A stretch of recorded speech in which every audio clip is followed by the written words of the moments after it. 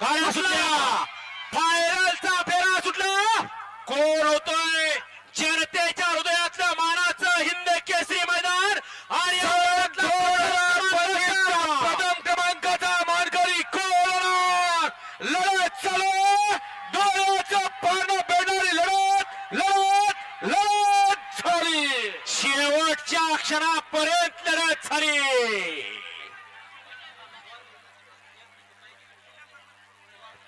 काही पण घडू शकतं. हे बैलगाडी शर्यत क्षेत्र ज्यामध्ये फक्त आणि फक्त एकाच शब्दावर विश्वास ठेवायचा, त्याचं नाव आहे अनिश्चितता.